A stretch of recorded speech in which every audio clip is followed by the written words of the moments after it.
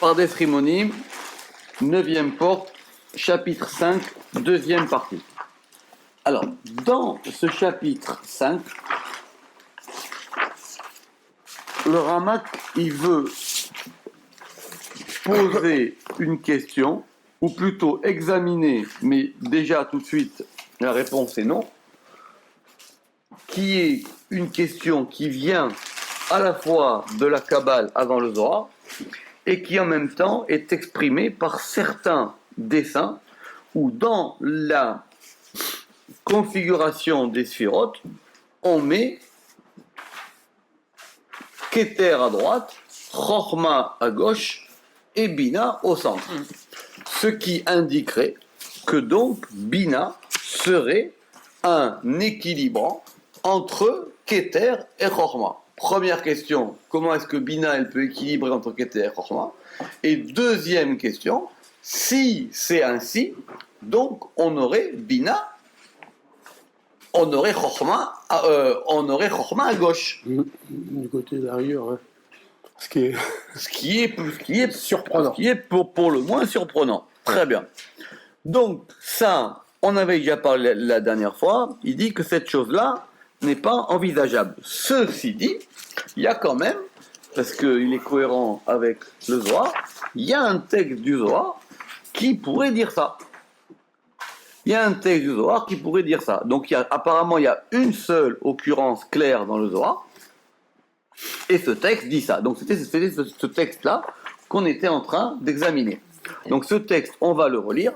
Il est page Kouf Mem Zayin, et c'est un Zohar dans Parashat Vaikra, dans Pinchas, et c'est un Zohar dans Pinchas, dans le Re'aya Memna. Et de quoi on parle là-bas? On parle de la prophétie de Ézéchiel qui est à Babel. Donc, on analyse le verset. Donc, Va'ani betoch hagola, et je suis, moi, betoch hagola, à l'intérieur de la gola de l'exil. Ok? Da shrinta, ça c'est la shechina. Qui c'est qui est la shechina? C'est Ani. Et le vav, ba kucha berechu achid vav betosefet ani, et en elle, le Saint béni soit-il, il a uni le vav par le ajout de ve'ani. Donc, parce qu'il y a marqué ve'ani, et moi. Donc, c'est très important dans les traductions. Quand on a ve'ani, c'est important, c'est-à-dire et moi. Il faut pas manquer le vav. Donc, ça veut dire que va'ani, c'est moi et la shechina. On est ensemble dans la gola. Et Iou Nahar. Excusez-moi, est-ce que dans votre texte, vous avez Ahid avec le Yod après le. Non, moi j'ai Echad, mais il faudrait que je regarde dans une autre édition. Bakucha Berechu, Echad Vav. Betosefet Ve'ani. Bon, il faut voir. Peut-être qu'il a mis le Yud ou pas le Yud. Et puis j'ai pas le Oriakar pour voir la version là-bas du Zohar.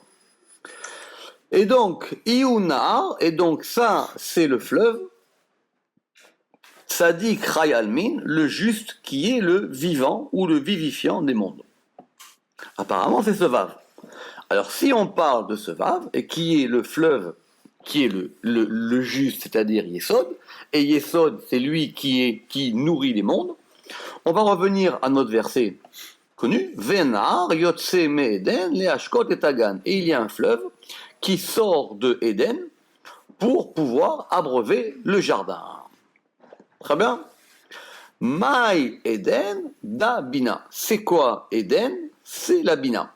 Le Ramak qui dit pourquoi le Zohar pose cette question? Parce qu'il dit qu'effectivement, que vu qu'on a parlé un peu avant de Nahar et on a parlé avant de Nahar et de Shrinta, on aurait pu croire que Éden c'est Tiferet et le fleuve il est Yesod. Alors il dit non, pas du tout. Il faut reprendre les fondamentaux. Maï Eden, c'est quoi Eden? C'est la Bina. Alors, donc on a, encore une fois, on a un fleuve qui sort de Eden. Donc ce fleuve, il sort de Bina. Nahar, et donc c'est un fleuve, des Nafik miné, le fleuve qui sort de lui, donc du Eden, Davav, c'est le Vav. Ok? Et ce Vav-là, il est Ben Yudke, il est le fils de Yudke. Le Darga, le degré de Re'aya Memna, le degré du berger fidèle. Veraya Mehemna et le Reaya Mehemna, donc et ce berger fidèle qui est Moshe, on est d'accord, hein? Nafik Meima, il sort, Meima il sort de la mer supérieure. Veit Pachet et il va se déployer. Beshit Sifrin, Beshit Sifiran dans les 6 séphirot, Ad Sadik jusqu'au Tzadik. Donc, simplement, on a ce Vav. Ce Vav, il correspond au degré de Moshe, on verra pourquoi. Il sort de la mer supérieure, il va se déployer dans les 6 séphirotes, et jusqu'à ce qu'il arrive au Tzadik, qui est Yesod. Et de lui, ou Miné, Ashke le Ginta, et de lui, il va abreuver le jardin, qui est la Shekhinah, c'est-à-dire Malchut. D'accord? Alors ça veut dire quoi? Va'ani betoch hagola, autrement dit, c'est un influx qui descend d'en haut pour aller en bas. Et la suite du verset, il dit que « Et je suis sur le fleuve de Gvar ». Alors c'est quoi ce fameux fleuve de Gvar? Maïgvar.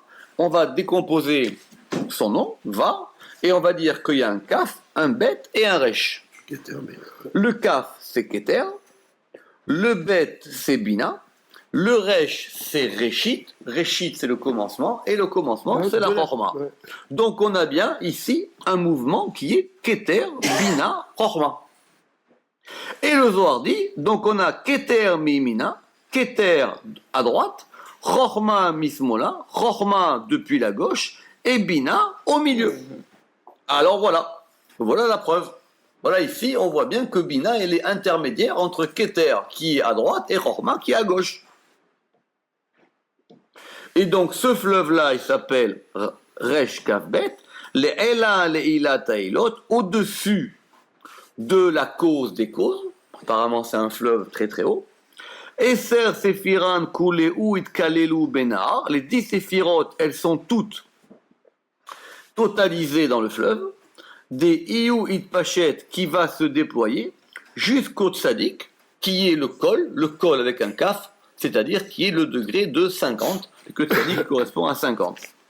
Kalil Kula, qui contient tout, ou Begine Ukmoa, et à cause de lui, on a établi, il a il y a un arbre qui est grand et qui est puissant, ou Mine Taliakula, et de lui, tout dépend. Fin du Zohar. On tourne la page, on revient, nous, page Kouf Memchet. Donc, on avait vu le texte, le Ramak avait effectivement posé la question, et il dit, mais maintenant, ce texte-là, il ne veut pas dire ça. Il ne veut pas nous parler de ça, donc il faut que je vous l'explique selon ma manière, pour savoir de quoi ça parle. Donc, effectivement, on va reparler de ce texte-là. Donc, ça commence à, on peut reprendre même une ligne avant, et donc, il y a marqué Lazé Igdim Ve'amar, c'est pour ça qu'il a devancé Lazé Igdim Ve'amar, c'est pour ça qu'il a commencé et qu'il a dit Maï Eden da Bina. C'est quoi le Eden? C'est le Bina. Le Ramak, il veut même penser que les questions du Zohar, elles répondent à des objections non formulées. Ouais, non formulées. C'est pas simplement démonstratif, quoi. C'est-à-dire, c'est déjà un raisonnement. Ouais. Alors, c'est quoi le Eden? C'est le Bina. Akavana. Pourquoi le Zohar, il a posé cette question? She'en kinouy a Eden tzodek bechol makom. Alors, c'est vrai que l'attribut du Eden, il n'est pas justifié dans le sens où c'est toujours le même dans chaque endroit. Par exemple, si mes souvenirs sont bons, dans la Hydra, là-bas on dira que Eden c'est Chorma. D'accord? Et là, simplement, les kolapachot bebina, au minimum c'est bina. Les kolapachot bina. Ou mes bina les maala. Ou deux bina au-dessus. Comme nous l'expliquerons dans Sha'arkei Akinoïm. Quand il dit deux bina au-dessus, c'est-à-dire deux mondes au-dessus alors? Ben, c'est bina. Et quand on dit Eden, c'est au minimum bina. Donc ça veut dire soit bina, soit chorma, soit keter. D'accord. Mais au minimum, c'est bina. Tu peux pas. On peut bien comprendre que ça bouge, mais il dit tu peux pas me dire que Eden ça va être Netzar ou Od ou Tiferet. Ouais, ça commence c'est au minimum bina. Ouais. C'est ça les kolapachot bina. Ou alors donc il dit c'est pour ça pour le moins les kolapachot pour tout le moins dans bina ou de bina à au-dessus. Oh mi bina laela. Ok. Alors, Ve'amar da Bina. Et donc il dit, ce fleuve-là, il est Bina. Pardon, Eden. Ce Eden-là, c'est Bina. Velo kinu yacher, et pas un autre. Autrement dit, on aurait pu en dire un autre. Mais c'est Bina et c'est pas autre chose. Léoroth, c'est pour nous enseigner que le mot chez Milat Bina, que le mot de Bina, Moré, il indique, Atsirouf, il indique une composition qui est Ben Ya, qui est le fils de Ya. Qu'est Mefaresh Ve'azil, comme on va l'expliquer. Il se trouve que, on va revenir là-dessus. Mais si on dit que Bina c'est Ben Ya, ça veut dire que c'est le fils de Yudke. Okay. Or, si c'est le fils de Yudke, qui c'est qui est Yud et qui c'est qui est He? C'est toujours la même question. En fait, on a changé le yod de place, quoi. Non mais, ok, il dit très bien, on va dire Bina c'est Ben Yudke. Mais qui c'est Yud et qui c'est?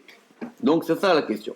Mais en tout cas, qui c'est le fleuve où Montréal on faisait chez Oubenier, chez Oubenia, chez qui est le fleuve Tiferet, qui sort Ayotse, Mina Eden, Bahamitit, qui sort vraiment de Eden. Et c'est pour ça qu'on a dit que ce fleuve-là, c'est le Vav, Ve'amar, Davav, Darga Deraya Mehemna, c'est le degré du berger fidèle. Pourquoi est-ce qu'on a dit le berger fidèle? Pourquoi on a dit on a besoin de parler de cette manière-là? On va dire que c'est Tiferet, etc. au Moshe. Pourquoi? Parce que vous savez que Moshe, c'est l'intériorité de Tiferet. Et Yaakov, c'est l'extériorité de Tiferet. Ça, on l'a déjà vu plusieurs fois. D'accord? Or, il dit, c'est pour nous donner une allusion. Al Metzilut Adat, sur la réalité de Da'at, parce que Da'at, c'est aussi quelque chose qui est à l'intérieur de Tiferet. An Elam, qui est enfoui. Chez ou Madregat Moshe Rabbeinu, qui est le degré de Moshe Rabbeinu, comme on l'a expliqué dans la porte 10 et pas 9, dans le chapitre 2. Donc on veut nous expliquer ici que ce Vav-là, c'est le degré de Moshe Rabbeinu, c'est-à-dire c'est quelque chose qui est à l'intérieur de Tiferet, qui est du côté du Da'at. Et Veu, Metziut Vav, et donc ça représente un Vav, et le Vav, évidemment, il vaut 6, hein, on est d'accord. Kolel, Kol Shesh Ketzavot, il totalise tous les 6 côtés. De la même manière que Tiferet, c'est la séphira centrale qui totalise en elle toutes les séphirotes autour. C'est elle le point central, c'est vers elle que tout converge. Veu mitpachet betocham, et lui, ce Vav, il se déploie parmi elles, parmi ces 6 séphirotes, ou mashke otam, et il va les abreuver, bederer ne'elam, de façon enfouie, venistar est caché, vechriven el adat, et ça s'applique au dat, kedé sheyitachen. Pourquoi? Parce qu'il est possible que iyot nahar betiferet, que puisque le nahar il est tiferet, veitachen gam betsadik, on aurait pu dire aussi que ça s'applique au tsadik, Mitam chez Sodadat, parce que ce principe de date, je vous rappelle que pour le Ramak, le date c'est une espèce de moteur. C'est un ascenseur qui est caché à l'intérieur de l'arbre des Séphirotes et qui monte et qui descend. C'est pour ça que d'après lui, on ne le compte pas dans les 10 Séphirotes, parce que l'ascenseur, on ne le compte pas dans les étages. Non, bien sûr. L'ascenseur, c'est le principe qui permet de passer d'un étage à un autre. Mais on ne compte pas de la même manière qu'on ne compte pas le moteur dans les roues. Une voiture, elle a 4 roues. Maintenant, qu'est-ce qui permet aux roues de tourner? C'est le moteur. Mais on ne va pas dire qu'il y a 5 roues. On dit qu'il n'y a que 4 roues. Il est caché dedans. Exactement. Donc ça c'était, on avait vu au début, à propos, c'était dans cette porte là-bas, 9 et pas 10. Et surtout 10 et pas 11. Hein. Oui. Alors, chez Sodadat, parce que le principe du Da'at, il matril me tiferet, il commence du tiferet, ou mitpachet et il se déploie, ve oler ad tzadik et il va jusqu'à Yesod, donc c'est le principe qui est derrière, d'accord? Chez Ken Kolel Shesh Sefirot, et c'est pour ça qu'il totalise 6 Sefirot, Keminyan Vav, comme le Vav qui vaut 6, comme le compte du Vav. Et c'est ça qu'on a dit, Nafik Meimaïla, il sort de la mer supérieure. C'est-à-dire, Dikdouk, on a précisé le verset qui est Daïnou Dikdouk Lachon Yotse Meden, on a précisé le verset qui dit qu'il sort du Éden. Veit Pachet Beshet Sefiran, Beshit Sefiran, et il se déploie dans 6 Sefirot jusqu'à Tzadik. Ça veut dire, Daïnou, chez Tzadik Atzmo, que le Tzadik lui-même, ou Nar, c'est lui le fleuve, mais Achar Sheu Meshech Anar, dans le sens où c'est un prolongement du fleuve. De la même manière que Yesod, c'est un prolongement de Tiferet, si Tiferet, c'est le fleuve, Yesod, c'est le prolongement du fleuve. Donc, c'est le fleuve, mais le fleuve, à proprement dit, c'est Tiferet. Simplement, il dit que ce fleuve-là, il va se prolonger jusqu'au Tzadik. Pourquoi ? Parce que la suite du verset, il va l'expliquer. Le verset, il dit, je répète, Venahar Yotse Me Eden. Il y a un fleuve qui sort du Éden, les Hashkot, pour pouvoir abreuver le jardin. Or, Tiferet, lui, il abreuve pas le jardin. Qui c'est le jardinier ? C'est le Tzadik. Qui c'est le jardinier ? C'est Yesod. Donc, quand on dit il y a un fleuve qui sort du jardin, il y a un fleuve qui sort de l'Éden, ce fleuve il sort de l'Éden, il arrive jusqu'à Tiferet, de Tiferet à Yesod, et c'est Yesod qui va cultiver, abreuver le jardin, qui va être le jardinier, comme on l'a dit plusieurs fois. C'est pour ça qu'on a dit, parce que c'est lui qui est chez Meshech Anar, parce que c'est lui qui est le prolongement, c'est lui qui est la suite de ce fleuve-là.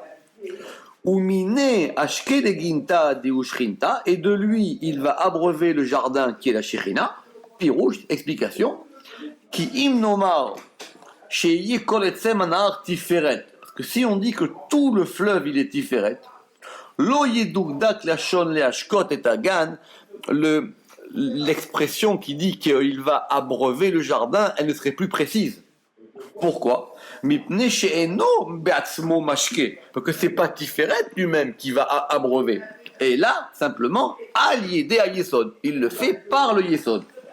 Veimken, lo yitiashev la shon le ashkot et tagan. Et si c'est comme ça, donc l'expression qu'il abreuve le jardin ne serait pas équilibrée.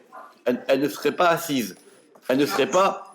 Je crois que le Ramak veut expliquer le mot les hashkot et tagan. C'est ça. Si on disait que c'est Tiferet qui est mashké, on n'a pas besoin de dire les hashkot.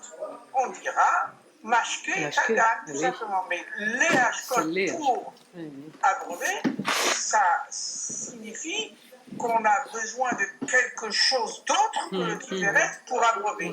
Très bien, exactement. C'est lui qui va effectivement. Donc, il sort, ce fleuve-là, il sort de Éden pour abreuver, c'est-à-dire pour celui qui va avoir le rôle d'abreuver le jardin, et le jardin, effectivement. Velomar, Sheye Ashechina Lema Laima Tiferet. Alors, il dit, mais on aurait peut-être pu penser on aurait dit que le jardin, il soit au niveau de Tiferet. Pourquoi ? Besod Mekoma, parce que je vous rappelle, dit le Rama, qui le rappelle souvent, que la place originelle de la Malchut, c'est d'être à côté de Tiferet. D'accord ? Besod Mekoma, par le secret de sa place réelle, Kodem Amiout, avant la fameuse diminution de la lune. D'accord ? IFSHA, il dit c'est pas possible. On aurait pu dire oui, mais le verset il parle avant que la Malchut soit en bas. Donc effectivement, on aurait pu dire Tiferet, il est à côté de la Malchut, qui est le jardin, et donc directement il l'abreuve. J'ai pas besoin de passer par Yesod. Il n'est pas possible. Pourquoi ?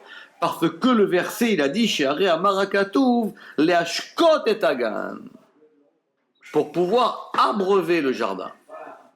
Et Et cette notion de jardin, gan, nikret besod, elle est appelée, quand on est dans le secret, bechinata, c'est-à-dire de son aspect, bemadrega asirite, quand elle se trouve au 10e degré.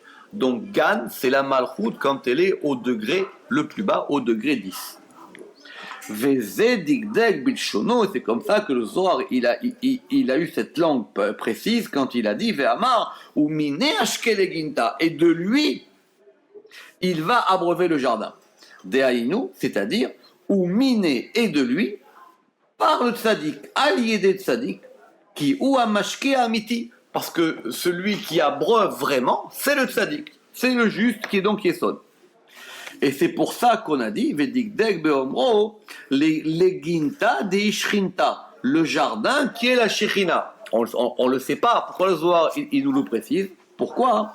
Parce que le jardin, il n'y crée shechina, parce que la malchoute, c'est la malchoute, elle s'appelle shechina. Donc notez ça, c'est important pour les traductions.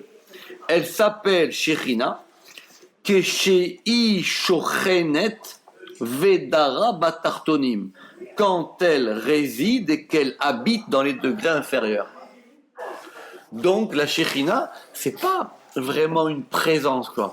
C'est une habitation. C'est-à-dire que la Shechina, c'est là où elle réside. La charène, habiter. C'est ça.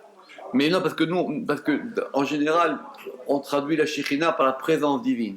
Alors nous, on a décidé de traduire par la résidence divine. Alors, ça fait un peu tiquer, tu vois, la résidence divine. Mais c'est ça. Il dit parce que elle s'appelle Shechina quand elle est shochenet et quand elle habite, d'accord, Milachon Ladou, quand elle habite dans les tartonimes, quand elle habite dans les degrés inférieurs. Ou beota bechina nikret gan, et de cet aspect-là, elle s'appelle le gan, le jardin.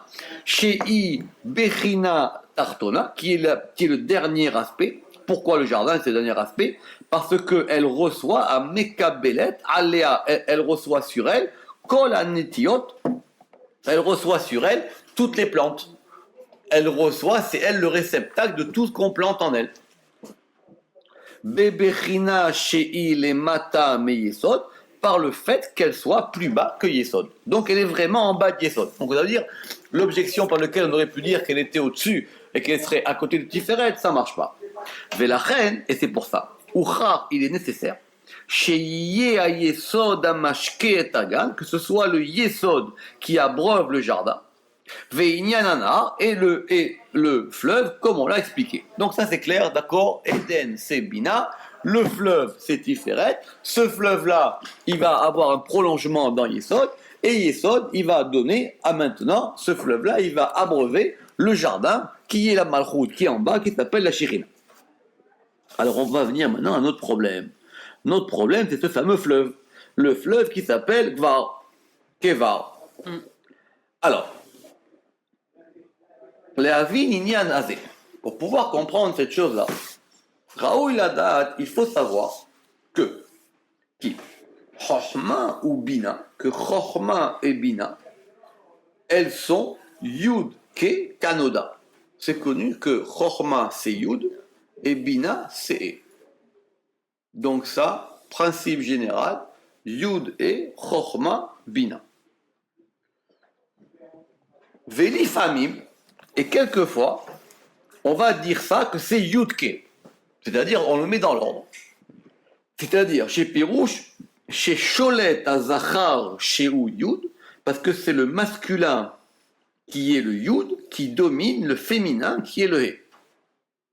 Donc ça, c'est Yud Ke. Mais quelquefois, ou l'ifamim, c'est He Yud. Et des fois, c'est E Yud. Ça veut dire quoi, E Yud? Chez Paamim, chez Sholetet Anekeva Lazachar, ça c'est quand le masculin est dominé par le féminin. Mais dans tous les cas, où les olam, Keter al shenehem, mais dans tous les cas, il y a Keter qui est au-dessus des deux. Ben sheye kar au kar, que ce soit ainsi ou ainsi. Donc, soit on a le yud sur le he, ou soit on a le he sur le yud, soit on a yud ke, soit on a ke yud. De toutes les manières, il y a toujours Keter au-dessus. Veinyan amarno, et quand on a dit que chez Cholet He al Yud, quand on a dit que le He, il domine le Yud, ou Yud al He, ou que le Yud, il domine le He, ça veut dire quoi? Alors, voilà comment il va s'en sortir. N'oubliez pas que le but, c'est que maintenant, il va arriver, que le Zohar, il a dit que Kevar, c'était quoi? C'était Keter, Bina, Horma. Donc maintenant, il veut expliquer comment ça fonctionne. Alors, il dit à Kavana, l'intention, c'est que Ki bebina yesh bechinat ha-chorma, ou be-chorma bechinat ha-bina. Que dans Chorma, il y a l'aspect de Bina, et que dans Bina, il y a l'aspect de Chorma. D'où on apprend ça? On apprend ça d'un verset de Shir HaShirim qui est expliqué dans le Zohar, qui dit si mini kachotam alibecha, mets-moi comme un seau, comme un seau, oui, comme un tampon, comme un seau sur ton cœur. Pourquoi? Qui est parce que n'oubliez pas que Chochma et Bina, ils sont toujours liés là ensemble. C'est pas comme Tiferet et Malchut, un coup ils se voient, un coup ils se voient pas. Là ils sont tout le temps ensemble, donc ils sont liés l'un dans l'autre, ils sont scellés l'un dans l'autre. Qui achar shenehem mitchardim, que puisque maintenant les deux ils sont unis, nirtamim zebazé, ils sont scellés l'un dans l'autre. Ils sont scellés l'un dans l'autre. Ou mitztayarim zebazé, et ils sont même formés l'un avec l'autre. Ils sont tout le temps ensemble. Veliot shea chochma ou azachar, et puisque maintenant chochma c'est le masculin. Ou bechinat abina nitfelet lo, et que donc si c'est le masculin, le degré féminin il est moins important que le degré masculin. Alors la reine mitzido gover yud al e. Donc c'est pour ça que de son point de vue, le yud il va l'emporter sur le e. Ve'u zachar, et donc là ça va être féminin. Ve'ainu shenikra chorma, masculin pardon. Et c'est ça qu'on a dit que chorma ça va être yudke. Ve'liot shabina in nekeva. Maintenant puisque la bina elle est nekeva, elle est féminine. Be'erer ha chorma, par rapport à la chorma. Pourquoi? Parce qu'on a dit qu'il s'appelle Abba ve'ima. Abba c'est Chorma et Ima c'est Bina. Il s'appelle le père et la mère. Bechinat ha-Chorma nitfelet elea. De ce point de vue-là, la Chorma, elle est tafel, ça veut dire qu'elle est non, tafel, ça veut dire qu'elle est moins importante. Elle est secondaire. Elle est secondaire par rapport à elle. Mais il faut expliquer cette phrase. Alors justement, Velachen, on va voir comment il explique lui. Mitzida, de son point de vue à elle, Goveret e al Yud, donc le e, il emporte sur le Yud.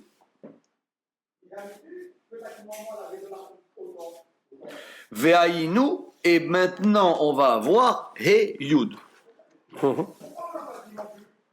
Or, où est-ce qu'on retrouve cette forme-là de E Yud dans le nom Elohim? Parce que dans le nom Elohim, c'est Aleph, Lamed, He, Yud même. Or, pourquoi on dit que Elohim, c'est aussi lié à Bina? Donc ça veut dire que c'est la Bina qui est plus forte que Chorma. Justement, si vous avez un pshat, je prends, mais le Ramak, il ne va pas nous en dire plus. Il dit que soit d'un point de vue, Chorma il peut l'emporter sur Bina et on a Yudke, ou soit Bina l'emporte sur Chorma et on a Yud. Mais il aurait dû s'exprimer autrement. Eh bien oui. Il n'aurait pas dû dire Veliyot Bina Hinekeva Berecha Chorma, alors Bechinat Chorma Nitfelet Eleha. Bon, il veut dire peut-être que si on prend le point de vue de la Bina, on dira que Chorma est secondaire par rapport à elle, et là, il faut utiliser dire Heyud. Bon. Et ce Heyud, on le retrouve dans Elohim. Nimsa les fisé. Donc maintenant, on peut avoir Yudke et Yud. Venimsa les fisé. Et on trouve d'après cela que Keter, de toutes les manières, Léolam il est Rachamim. Keter, de toutes les manières, toujours, il est miséricorde absolue. Yoter Mishneem, plus que eux deux. Velo Ishtane, et il ne changera pas. Aval Chorma ou Bina, Mais Chochma et Bina, mithalfim lefi bechinatam. Ils peuvent intervertir selon leur particularité. Donc des fois, Chochma, il peut être à sa droite, et des fois, il peut être à sa gauche. C'est là où il veut en venir.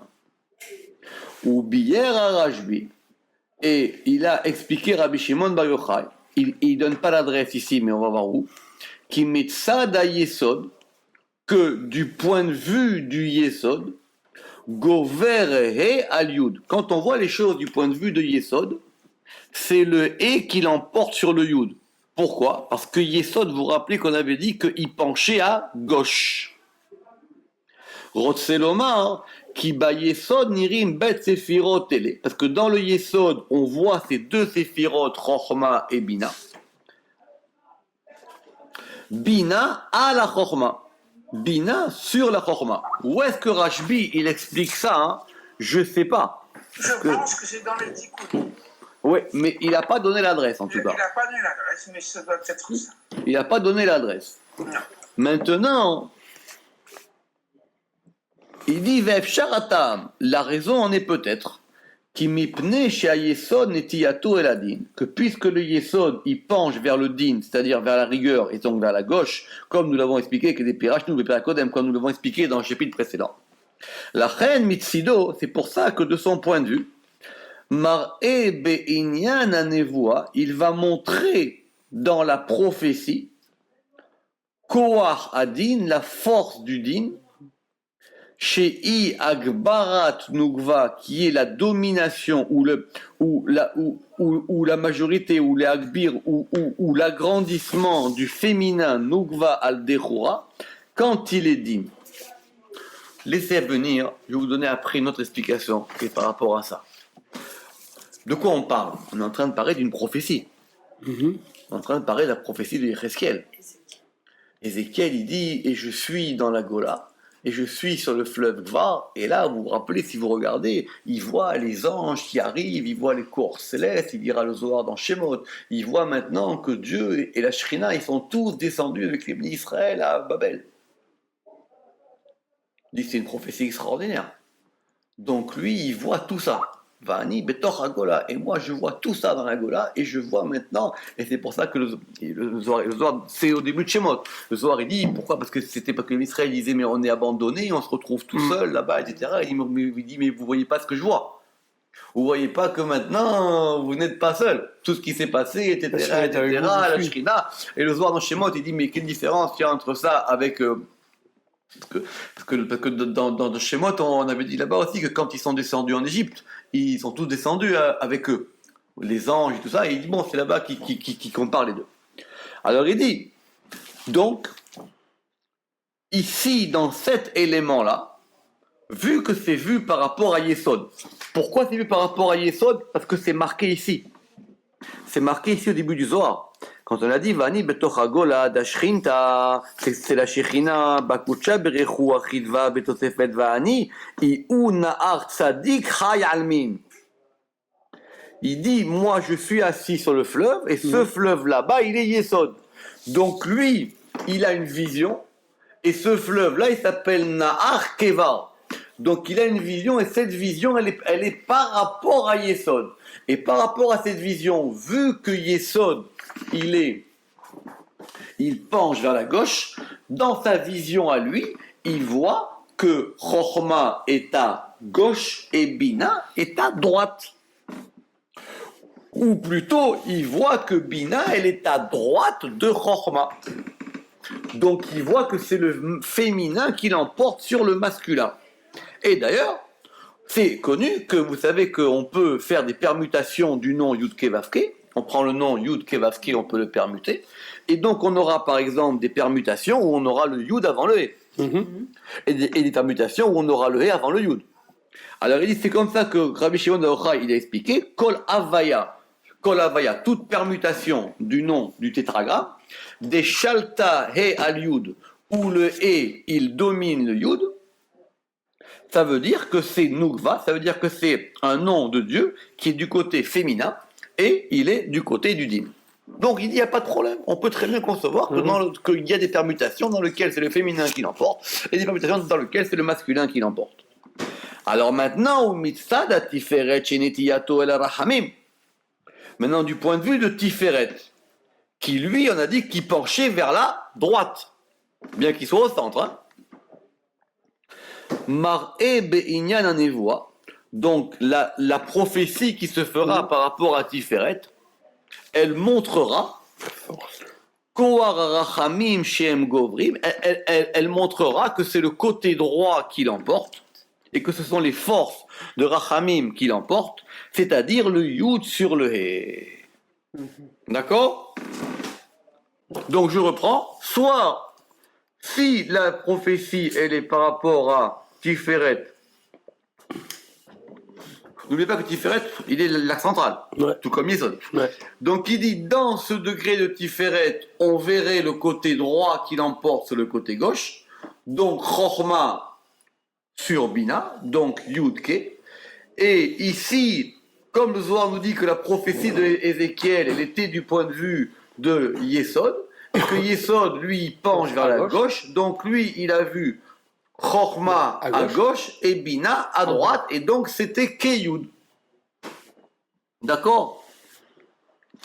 Alors il dit, et c'est ça que nous a appris, que nous a enseigné Rabbi Shimon Bar Yochai dans le Raya Mehemna, dans Vaïkra. C'était celui-là ce soir de tout à l'heure. Alors, Tzadik, le juste, Iou Kalil Shesh Dargin, il contient 6 degrés. C'est normal, hein? C'est la sphère. Au Beginda, תקינו למפטר בחלמה בתלת שלומות ובתלת פדיונות, דהינון שיט בחושבן ו'.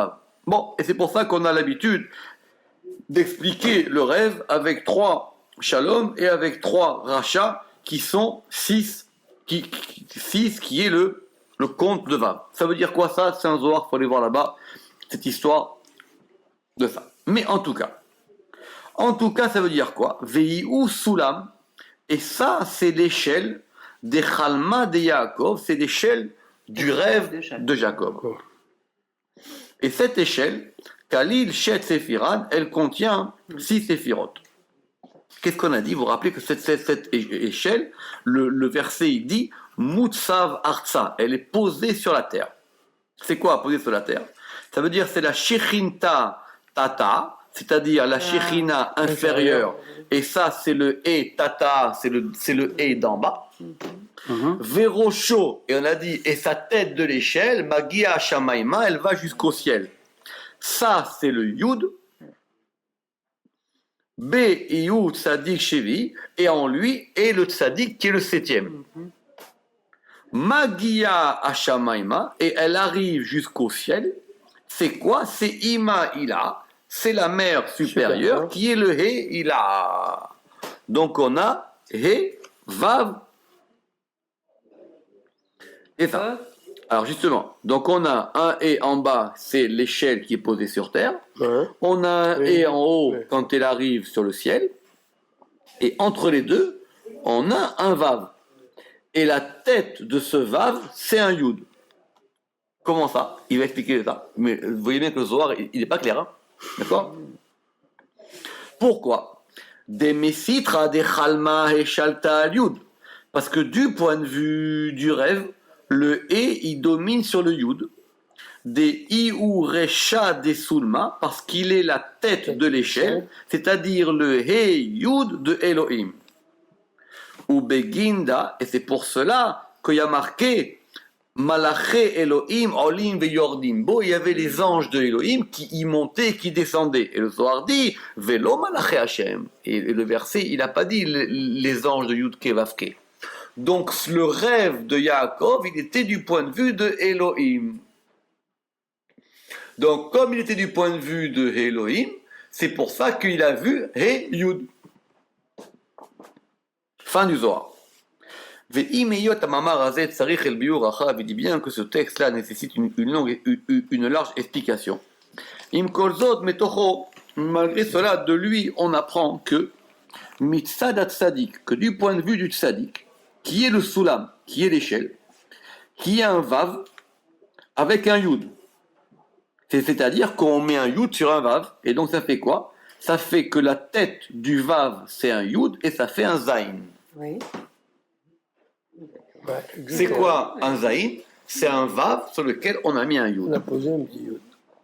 Et c'est pour ça, Daïnou de Kahama, c'est pour ça qu'on a dit B, des Yud, Tzadik Shivi, que Tzadik, il est septième. Birouche, Achar Shewim Yud, bien que, après qu'il soit avec un Yud, Rosh Avav, la tête du Vav, Naase Zayin, elle devient un Zayin. Shehu Atara, qui est une couronne.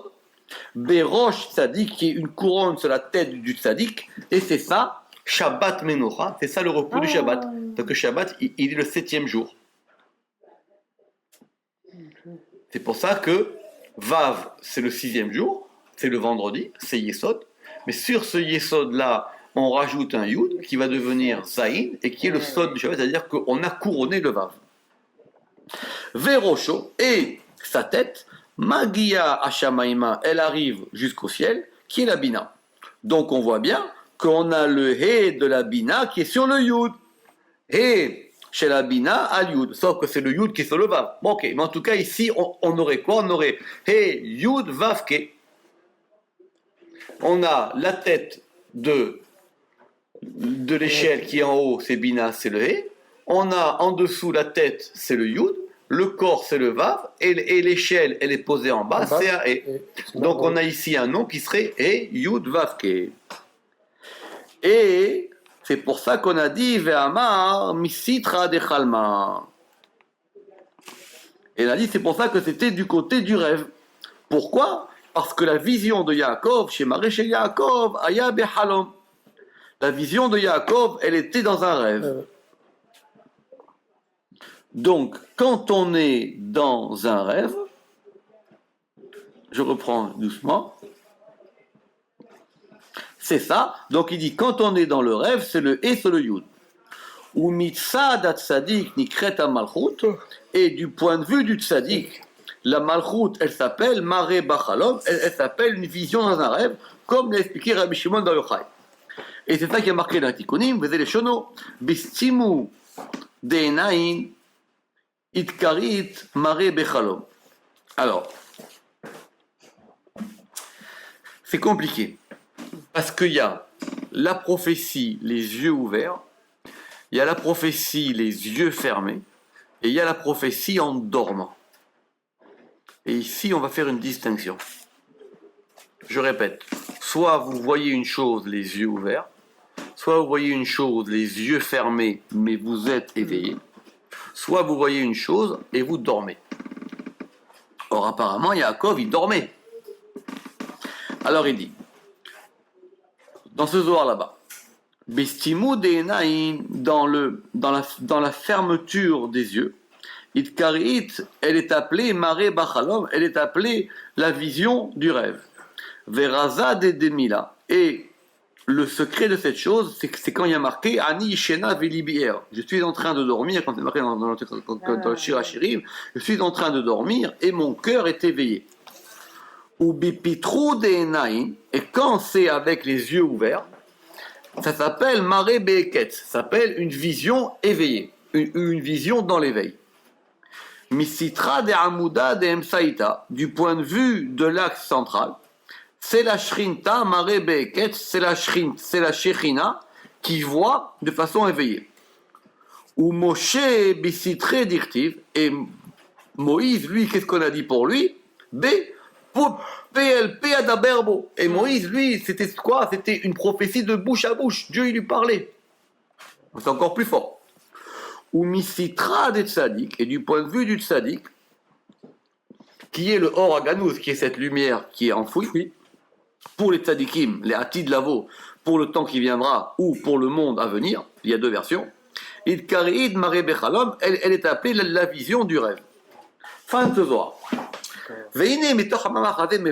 Et donc, d'après ce passage du Zohar, il est expliqué que donc, en dehors de la prophétie de Moïse, qui est la plus haute des prophéties, Kol Nevoav Charanivim, toutes les prophéties des autres prophètes, Nevoata Mitzad Bare Bachalom, eux, c'était une prophétie qui était du côté d'une vision dans un rêve. c'est-à-dire du côté du tzaddik. Sauf que j'ai pas compris, parce que le Zohar plus haut, il a dit quand même que des Misitra des Chalma, et que c'était Yaakov. Or, Yaakov, il n'est pas du point de vue de tzaddik. Bon, ok. En tout cas, il dit, Veken Pirouche, Arashbi Betikunim, et c'est comme ça que c'est marqué dans les Tikunim, que la prophétie de Yechezkiel, Shte Marot Shelo, les deux visions qu'il a eues, Ar'e Mar'e Bestimou Denaï, il a eu une vision les yeux fermés. Beyod Marot Shelo. Ah pardon, dans ces 10, oui tout à fait, dans ces 10 visions, tout à fait, parce qu'il a eu 10 visions, on l'a vu dans Tikkun HaZohar. Dans ces 10 visions, c'était du point de vue des yeux fermés. Et Be'aklal Olé, il en ressort de tout cela, Mikolze qui a Malchut Imare Bachalom, que la Malchut est une vision dans un rêve.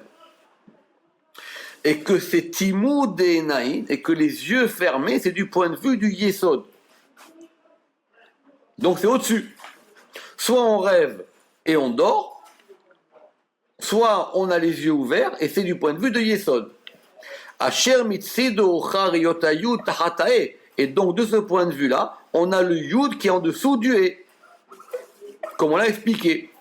Mais le Zohar là-bas, il a expliqué par rapport à Yaakov. Maintenant, on lui dit que ça marche aussi par rapport à Tzadik. Alors,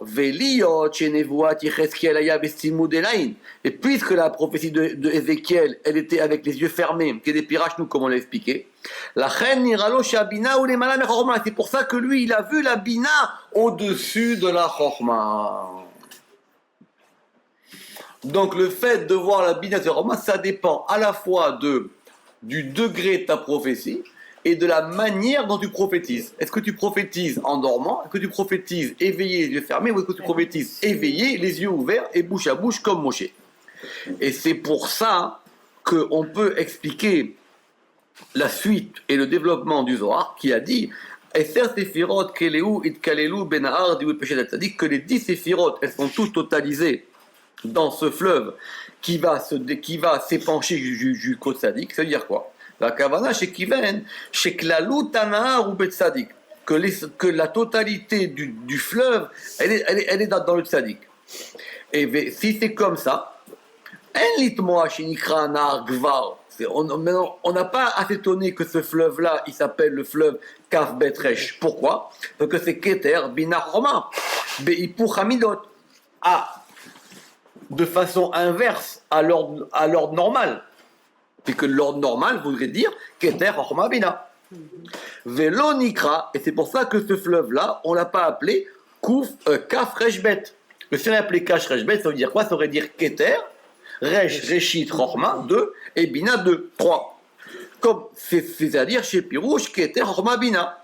Keseder Amidot, selon l'ordre normal des Séphirot. Keseder Amidot. Parce que l'essentiel, la substance de ce fleuve, elle est attirée vers le juste. C'est pour ça que le fleuve, il est Yesod et pas Tiferet. En fin de compte, Tiferet, c'est lui qui attire le fleuve. C'est pour ça qu'il y a marqué Nahar Denagid Venafik. C'est un fleuve qui sort et qui est attiré. Et il est attiré pour aller vers Yesod. Donc le fleuve, il est du point de vue de Tzadik. Chez Imanahar Ayav Tiferet, parce que si ce fleuve-là, il était Tiferet, Ayaraou Sheye Amidot Kesidran. Parce que si le fleuve était Tiferet, alors on aurait Keter Chorma Bina. Or là, on a Keter Bina Chorma. Donc si c'était du point de vue de Tiferet, ce fleuve, il se serait appelé Kaf Resh Bet. Or, il s'appelle Kaf Bet Resh. Et la Vada Yanahar ou Tzadik. C'est pour ça que ce fleuve-là, c'est le Tzadik, c'est le juste, c'est Yesod. Chez où Ikaraem Sheikh Hanahar. Parce que c'est l'essentiel de l'attirement de ce fleuve. Ou Mitsido à Seder, et donc de son point de vue, son ordre il est Kaf Bet Resh, c'est-à-dire que le He, il emporte sur le Yud, chez He al Yud, qui est des pirachnou, comme on l'a expliqué. Ou basé nimsa. Et donc c'est pour ça que maintenant on trouve chez En Mitoch HaMa'amar Hazeh Raya Klal que de ce Zohar-là, on n'a aucune preuve pour nous dire quoi? Que Bina serait un équilibrant entre Keter et Chorma, c'est QFD. On reprend. Chez En Mitoch HaMa'amar Hazeh Raya Klal El HaMa'amarim Chez Bina Machri'at Ben Keter Ve'a Chorma. Il y a une petite note ici qui dit qu'il faut aller voir dans le Pelach Harimon et dans le Assis Rimonim. J'ai été regarder là-bas. Peut-être qu'il veut dire El HaOmrim. Où ça est là? C'est המאמר הזה, שבזה נמצא שאין מתוך המאמר הזה ראיה כלל, אל האומרים. Non, pourquoi? Il y a marqué El HaMa'amarim. Il a dit qu'il y avait plusieurs Ma'amarim. Bah, il n'y a pas de mamarim, c'est simplement, il y en a qui disent, comme Rabbi Moshe. Oui, mais ils l'ont écrit. Il dit que là-bas, parce qu'il a dit Veyesh Shechashvu au début, il a dit. Bah, c'est ça, c'est. Donc ils ont écrit. Donc bon, c'est pareil. Donc ouais, alors, il y a les deux. Mais en tout cas, nous il y a marqué El HaMa'amarim. Oui, non, mais c'est bien, c'est bien. Alors maintenant là-bas, dans le Pelach Harimon et dans la Tisri Rimonim, là-bas, il a une explication beaucoup plus simple. Il dit que de toutes les manières, que la prophétie d'Ézéchiel, elle était très particulière. Donc c'était une prophétie qui ne sait pas, c'est à la fin, il faut regarder, c'est très très loin, si vous voulez regarder, que il dit que là-bas, c'est parce que la prophétie d'Ézéchiel, c'est une prophétie qui était Horat Sha'a. Aïta, ve'en lamdin emena. C'est-à-dire, c'est une prophétie qui a eu lieu une seule fois comme ça. Et donc, on ne peut pas en tirer de principe général. Donc, c'est pas parce que le Zohar, là-bas, il a dit que c'était Keter à droite, que c'était l'ordre Keter, Bina, Horma, que c'est un principe. C'était simplement par rapport à cette prophétie-là.